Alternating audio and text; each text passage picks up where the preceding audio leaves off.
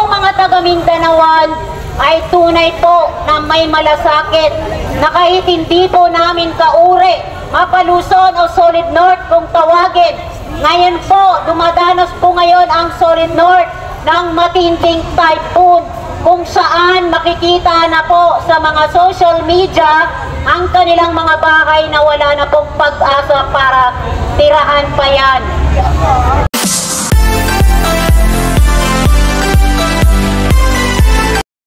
Assalamualaikum wabarakatuh.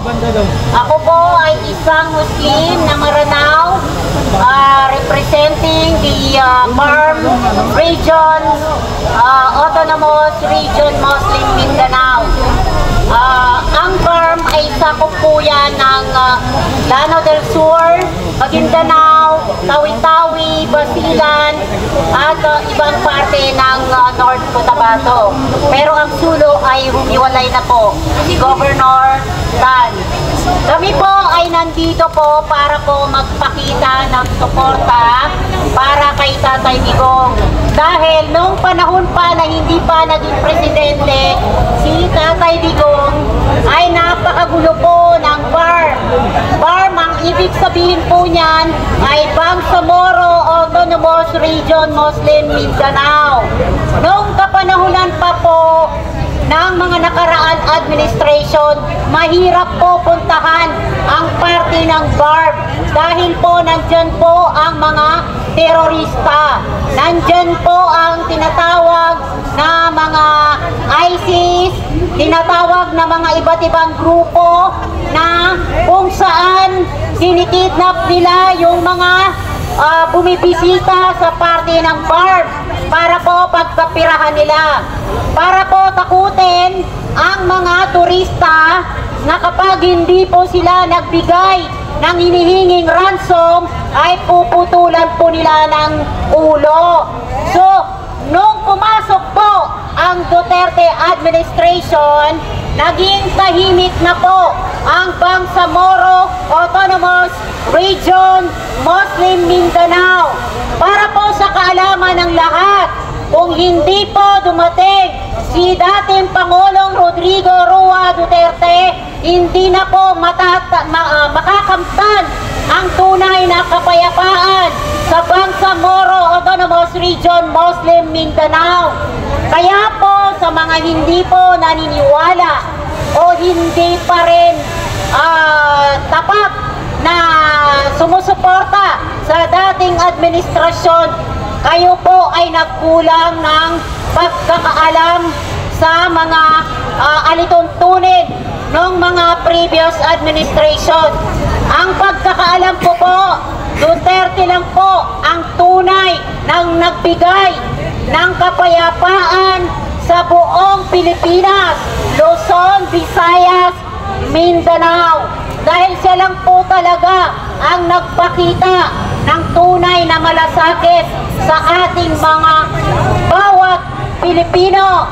So, sa mga nandito po na hindi pa po, especially yung mga BBM vloggers na hindi pa alam kung anong tunay na pagkatao ng isang Mindanaoan. Kami po mga taga-Mindanaoan ay tunay po na may malasakit na kahit hindi po namin kauri, Mapaluzon o Solid North kung tawagin. Ngayon po, dumadanas po ngayon ang Solid North ng matinding typhoon kung saan makikita na po sa mga social media ang kanilang mga bahay na wala na pong pag-asa para tirahan pa yan. Ako po ay mananawagan sa lahat dito sa lugar na to or sa mga kongresista na kung tawagin ay Quadcom. Unang-una po ang Quadcom, mayroon bang credibility kung tawagin? Andyan po ang may isang asawa na congresswoman na ang asawa niya ay dapat maikulong dahil po may kaso na rape. Ngayon po, doon po sa mga ibang kongresista na kasalukuyan na nagyayabang, nakala mo naman kung takutin si Pangulong Duterte ay kayang-kaya nilang apakan. Hindi po yan mabasta-basta dahil sanay po yan. Kaming mga taga Mindanao, hindi po kami matatakot. Kami po ay para sa karapatang pagtao. Hindi po kami yung masabi lang na politician. Ako masasabi ko po mula pa ng 2015, isa po akong Duterte diehard supporter. Bakit po? Kay Tatay Digong ko lang po naramdaman ang tunay na pagmamahal, malasakit sa ating bansang Pilipinas. Sana po itong mga kongresista na to, tama na, wag na pong pakinggan si Tambaloslos dahil si Tambaloslos ay napapaligiran na po ng mga makakaliwang grupo. Yun po ay sila po kung tawagin ay ayaw ng kapayapaan sa ating bansa. Gusto nyo ba yun? Yung hindi tayo umunlad habang buhay pagdating ng araw na ang ating bayan ay malugmok na sa kahirapan, malugmok na po sa droga dahil hindi na po nila kinokontrol. Bagkos si PNP Chief Marvel ay parang pro-drug, sumasang-ayon po siya ng ang drug ay hindi po masama. Para po sa akin, sa mga nakikita ko, sa aking dalawang mata, ang drug po ang siyang nakakasira sa mga kabataan, sa mga taong mga matitino, nung kapanahunan pa na hindi talamak ang droga. Paano na po ang ating bayan kung patuloy pa po ang paglugmok ng kahirapan, paglugmok ng droga sa ating bansa?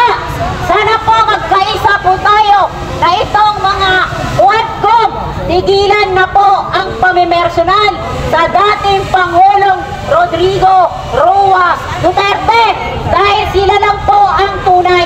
Dapat po para hindi po kayo manira sa katulad ni Tatay Digong, dapat inayos nyo yung ang inyong kung tawagin ay serbisyo para sa bayan. Nang sa ganon hindi kayo manira ng katulad ng pamilyang Duterte. Dahil dito lang po natin nakita ang tunay na serbisyo bilang official at kung tawagin ay public servant. So sa lahat po na nandito, nagpapasalamat po tayo, number one, dito po sa nagtawag ng suporta, kung tawagin ay si Tatay Rani at ang mga lahat ng dumalo dito sa pagtitipon na ito para po magpakita na 100% na suporta kay Tatay Digong. Maraming salamat din po sa barangay captain dito sa lugar na to, dito sa Batasan, Quezon City. Maraming salamat po at lalo na po sa mga kapulisan na nagpakita ng kanilang fair na pag-rate sa ating mga dumalo dito sa pagtitipon na ito na nagpapakita ng suporta para kay Tatay Digong. Maraming salamat po sa inyong lahat.